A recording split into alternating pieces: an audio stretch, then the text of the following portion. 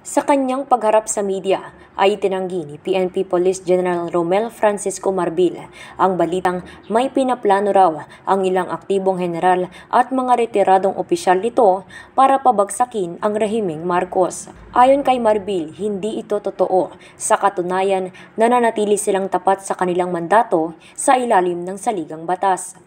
Wala pong issue and all dun sa PNP natin very loyal po sa Constitution natin.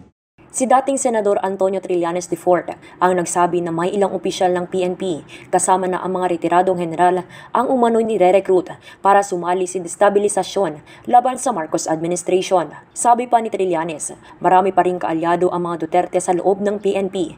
Ang plano nga umanong destablat laban kay Marcos Jr. ay paraan anya para pagtakpan ng isyu sa ICC o International Criminal Court. Pero paglilinaw ng PNP, wala naman silang namomonitor na anumang pagkilos sa loob ng kanilang hanay para pabagsakin si Pangulong Marcos Jr. Sa isang paglilinaw ni PNP Public Information Office Chief Police Colonel Jean Fajardo, sinabi nitong hindi nila alam kung saan galing ang nakuhang impormasyon ng dating senador. Ang intel units naman ng PNP, wala ring nasasagap na impormasyon patungkol sa nasabing destabilization plot laban sa gobyerno. Naniniwala naman si General Marbil na mga nangyayari sa kanyang pamunuan ay paong paninira lamang. Sa katunayan aniya, maging siya ay biktima rin ng disinformation of fake news dahil sa balitang tatampayasan niya umano ang mga benepisyong ibinibigay sa mga pulis. Happy po sila. Yung may lumabas po na fake news na babawasan namin yung mga kanilang CIP, yung rice subsidy sila.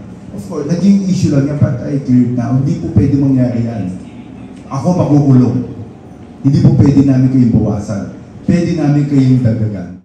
Sinabi ni Marbil na kinausap niya mismo ang kanilang matataas na opisyal tungkol sa kanilang katapatan kaya't hindi na rin naisailalim sa loyalty check ang mga ito. But there's nothing about loyalty check. We don't do that.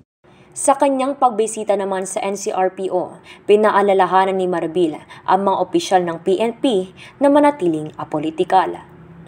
Ito si Celine Alindayo para sa North Central Zone News Media.